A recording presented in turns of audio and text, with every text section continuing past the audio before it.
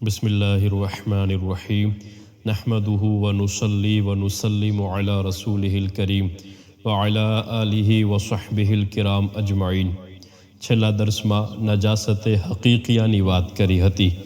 નજાસતે હકીકિયાના બે પ્રકાર, નજાસતે ગલીઝા અને નજાસતે ખફીફા।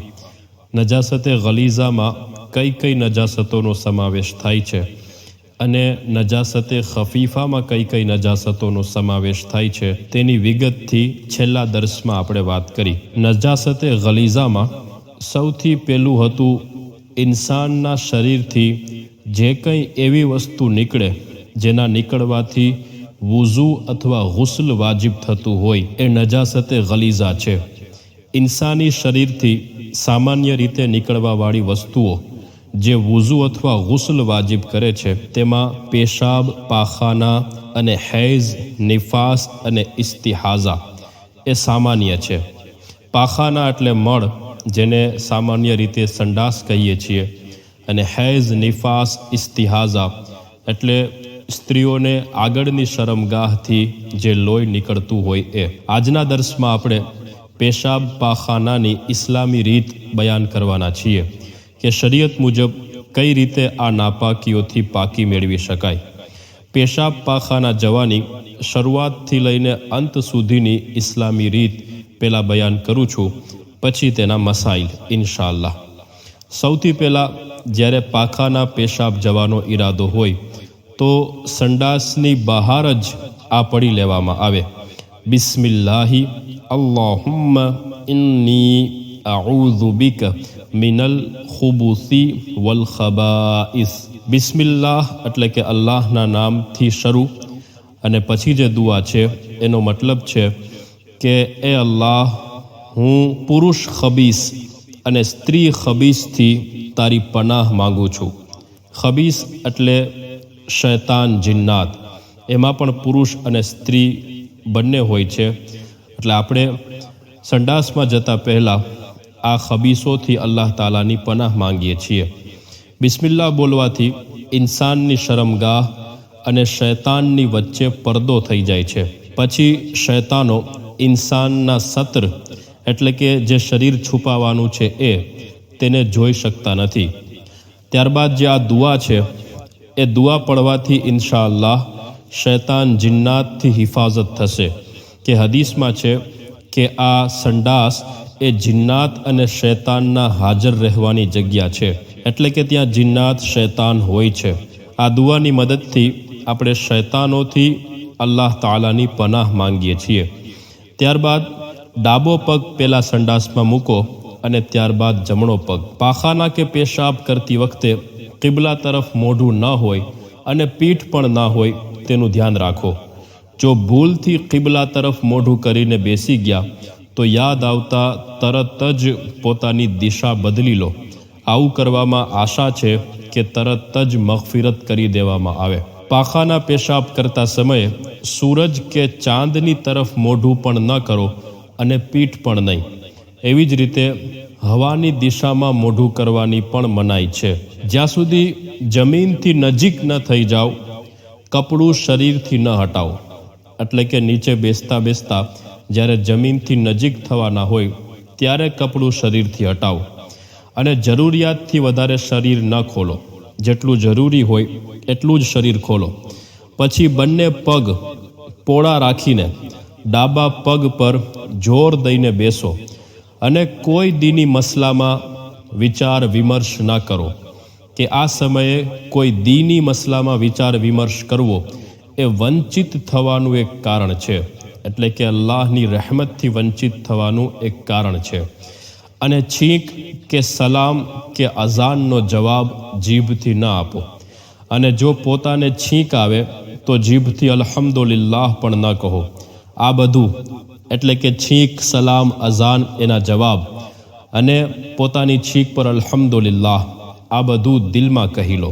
વગર જરૂરિયાત શરમગાહ તરફ નજર ન કરો, અને એ નજાસતને પણ ન જુઓ જે શરીરથી નીકળી। પેશાબમાં થૂકો નહીં અને નાક પણ સાફ ન કરો।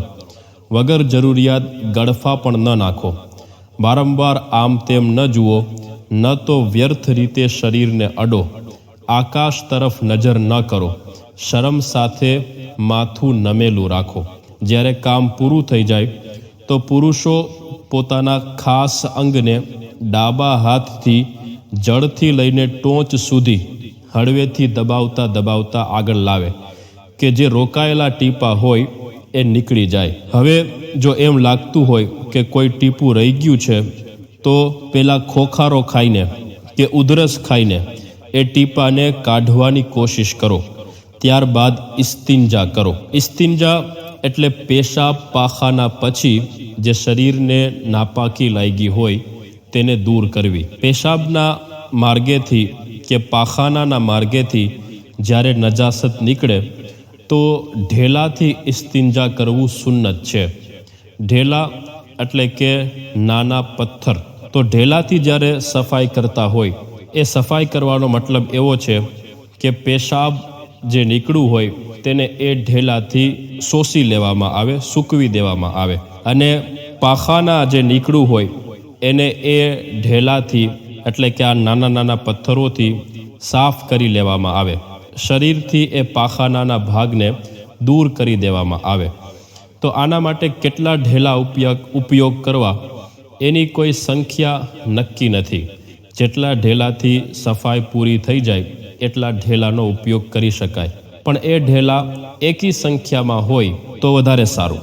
પાખાનાની જગ્યા ધોતી વખતે પુરુષો ડાબા હાથની આંગળીનો ઉપયોગ કરે. તેના માટે પાખાનાની જગ્યા ધોતી વખતે પુરુષો ડાબા હાથની આંગળીઓનો ઉપયોગ કરે. તેના માટે શહાદતની આંગળી સિવાયની 3 આંગળીઓનો ઉપયોગ કરે. એવી રીતે કે શહાદતની આંગળીની જે બાજુની આંગળી છે એ ઊંચી, તેની બાજુની આંગળી તેનાથી નીચી, અને તેની બાજુની આંગળી એટલે કે ટીચલી આંગળી એ આ બંને કરતાં નીચી. આવી રીતે હાથ રાખીને અને આ આંગળીઓથી પુરુષો પાખાનાની જગ્યાને સાફ કરે અને જમણા હાથથી પાણી નાખતા જાય. આવી રીતે ખૂબ વ્યવસ્થિત રીતે બધું સ્વચ્છ કરે અને 3 આંગળીઓથી વધારેનો ઉપયોગ ન કરે.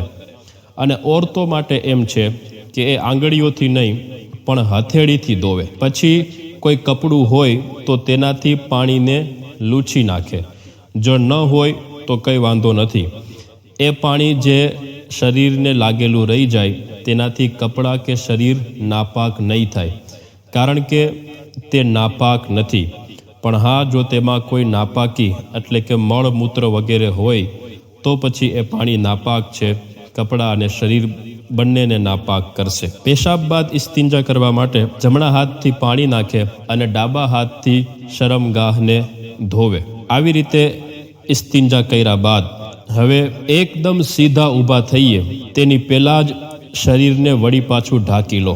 યાદ રાખો કે લાંબો સમય સુધી સંડાસમાં ન બેસો કે તેનાથી હરસ થવાની સંભાવના છે. ત્યારબાદ સંડાસમાંથી પહેલા સીધો પગ બહાર મૂકો અને પછી ડાબો પગ બહાર આવીને આ દુઆ પઢો. ગુફરાનક અલ્હમ્દુલિલ્લાહિલ્લઝી અઝહબ અન્નિલ અઝા વ આફાની, કે એ અલ્લાહ, હું તારી મગફિરત માંગુ છું. વખાણ એ અલ્લાહ માટે જેણે મારાથી તકલીફ આપે એવી વસ્તુને દૂર કરી અને મને સલામતી આપી. ત્યારબાદ 3 વાર હાથ ધોઈ લો. અહીંયા શરૂઆતથી લઈને અંત સુધીની પેશાબ પાખાનાની રીત પૂરી થાય છે. હવે બીજા અમુક મસલા જે આને લાગતા વળગતા છે એ સાંભળો. પેશાબ કરવા માટે કોઈ કૂવા કે હોઝ કે વહેતા પાણીમાં કે કોઈ ફળવાળા વૃક્ષની નીચે કે એવા ખેતરમાં કે જ્યાં પાક ઊભો હોય કે પછી એવા છાયામાં જ્યાં લોકો ઉઠતા બેસતા હોય કે મસ્જિદ કે ઈદગાહની નજીક કે પછી કબ્રસ્તાનમાં કે રસ્તામાં કે એવી જગ્યાએ જ્યાં લોકો ઢોર બાંધતા હોય, આ બધી જગ્યાઓએ પેશાબ પાખાના કરવું મકરૂહ છે.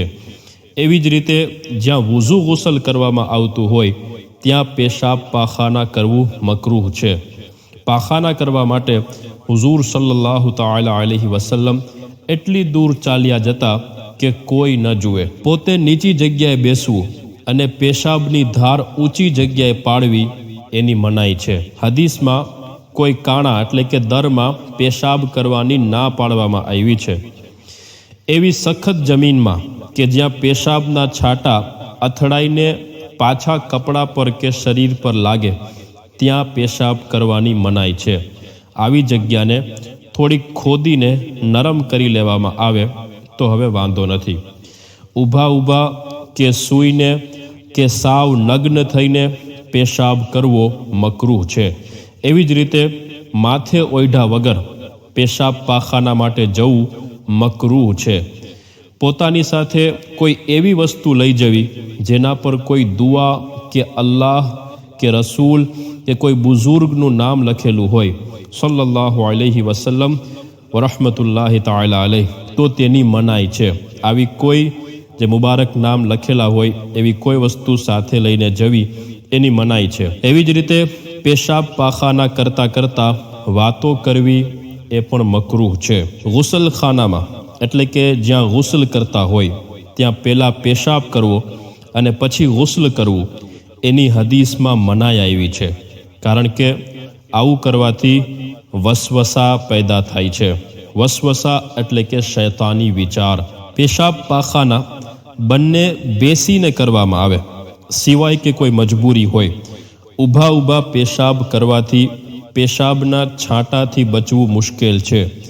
અને હદીસમાં છે કે સામાન્ય રીતે કબરનો અઝાબ પેશાબના છાંટાઓથી ન બચવાને કારણે થાય છે. રોઝું રાખ્યું હોય ત્યારે પાખાના કરવામાં વધારે પોળા થઈને ન બેસવામાં આવે. બાકી સામાન્ય રીતે જ્યારે પાખાના કરવા માટે બેસીએ ત્યારે શક્ય હોય એટલું પોળા થઈને બેસવું, જેથી પેટ વધારે સારી રીતે સાફ થઈ શકે. હવે ત્યારબાદ ઢેલાઓને લગતા અમુક નિયમ સાંભળી લઈએ. પેશાબના માર્ગેથી કે પાખાનાના માર્ગેથી જ્યારે નજાસત નીકળે તો ઢેલાથી ઇસ્તિંજા કરવું સુન્નત છે. એટલે કે આ નાના પથ્થરોથી નજાસત નાપાકીને દૂર કરવી એ સુન્નત છે. અને ઢેલાથી ન કરીને ફક્ત પાણીથી પાક કરી લીધું તો પણ જાયઝ છે. મતલબ એવો થયો કે ખાલી ઢેલાથી સાફ કરી લઈએ તો પણ પાકી હાસિલ થઈ જશે, અને ઢેલાથી ન કરીને ખાલી પાણીથી સફાઈ કરી લઈએ તો પણ સફાઈ થઈ જશે. પણ ઢેલાથી ઇસ્તિંજા કરવું એ સુન્નત છે. જો ખાલી પાણીથી ઇસ્તિંજા કરે તો મુસ્તહબ એ છે કે ઢેલા પેલા લઈ લઈએ, ઢેલાથી સફાઈ કરે અને પછી પાણીથી સાફ કરે. પેશાબ કે પાખાનાના માર્ગેથી પેશાબ અથવા પાખાના સિવાય બીજી કોઈ નાપાકી નીકળે તો પણ ઢેલાથી પાકી હાસિલ કરી શકાય છે. દાખલા તરીકે લોહી નીકળે કે રસી નીકળે તો તે ઢેલાથી પાક કરી શકાય છે. મતલબ કે પાણીથી અલગથી સાફ કરવાની જરૂર નથી. આ બે જગ્યાએ એટલે કે પેશાબનો માર્ગ અને પાખાનાનો માર્ગ, આ બે જગ્યાએ બહારથી કોઈ નાપાકી લાગી જાય તો પણ ઢેલાથી સાફ કરી લેવાથી પાકી થઈ જશે. પણ આ બે પરિસ્થિતિમાં ઢેલાથી પાકી કરી લીધા બાદ પાણીથી ધોઈ લેવું એ મુસ્તહબ છે. યાદ રાખો, આ ખાસ એ જગ્યા માટે જ છે જ્યાંથી પાખાના પેશાબ નીકળે છે, એની આસપાસની જગ્યા માટે નહીં. ઢેલાઓથી પાકી ત્યારે થશે કે જ્યારે નાપાકી આ બંને જગ્યાઓની આસપાસ 1 દિરહમથી વધારે ન હોય. જો દિરહમથી વધારે નજાસત લાગી જાય તો પછી હવે પાણીથી ધોવું એ ફરજ થશે.